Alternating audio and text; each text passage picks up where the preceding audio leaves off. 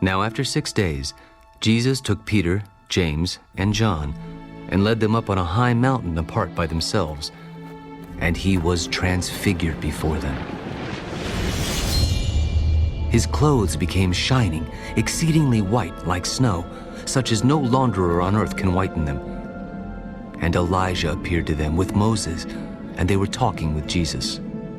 Rabbi, it is good for us to be here, and let us make 3 tabernacles, one for you, one for Moses, and one for Elijah. Because he did not know what to say, for they were greatly afraid.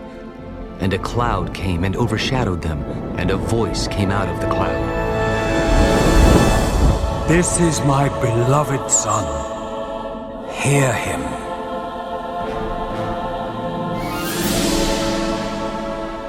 Suddenly, when they had looked around, they saw no one anymore, but only Jesus with themselves. Now, as they came down from the mountain, he commanded them that they should tell no one the things they had seen, till the Son of Man had risen from the dead. So they kept this word to themselves, questioning what the rising from the dead meant.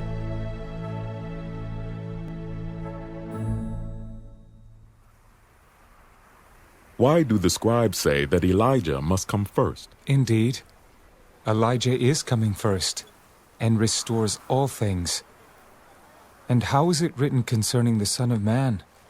That he must suffer many things and be treated with contempt.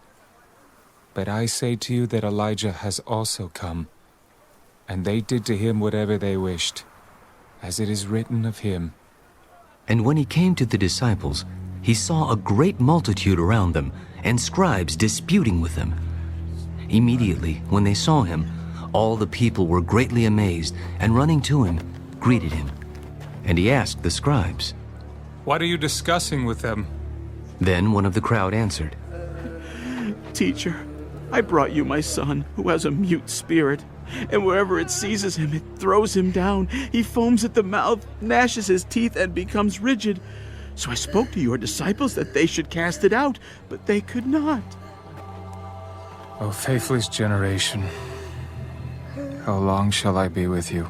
How long shall I bear with you? Bring him to me. Then they brought him to him.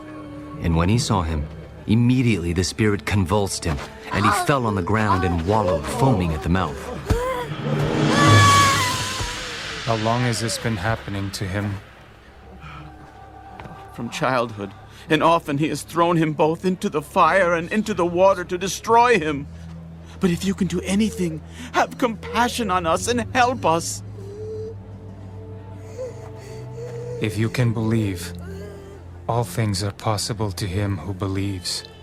Immediately, the father of the child cried out and said with tears, Lord, I believe. Help my unbelief. When Jesus saw that the people came running together, he rebuked the unclean spirit. Deaf and dumb spirit, I command you, come out of him, and enter him no more. Then the spirit cried out, convulsed him greatly, and came out of him. And he became as one dead, so that many said, He is dead. But Jesus took him by the hand and lifted him up, and he arose.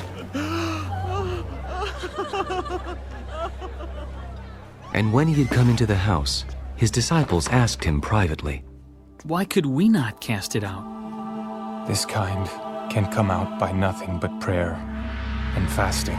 Then they departed from there and passed through Galilee, and he did not want anyone to know it. For he taught his disciples and said to them, The Son of Man is being betrayed into the hands of men, and they will kill him. And after he is killed, he will rise the 3rd day. But they did not understand this saying, and were afraid to ask him.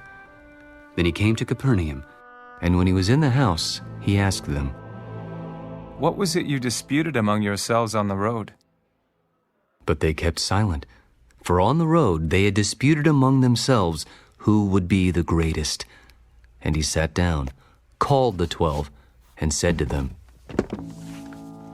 If anyone desires to be first, he shall be last of all and servant of all. Then he took a little child and set him in the midst of them. And when he had taken him in his arms, Whoever receives one of these little children in my name receives me, and whoever receives me receives not me, but him who sent me. Teacher, we saw someone who does not follow us casting out demons in your name, and we forbade him because he does not follow us.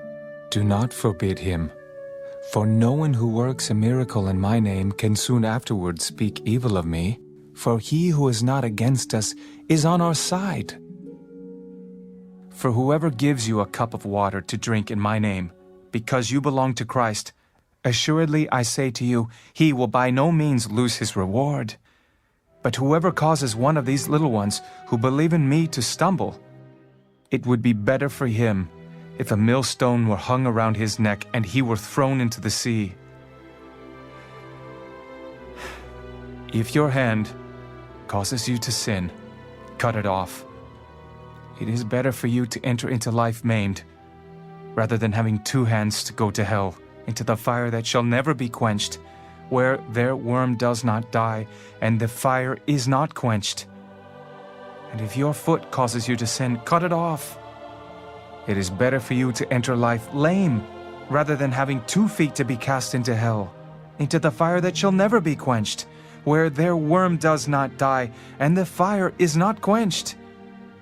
And if your eye causes you to sin, pluck it out.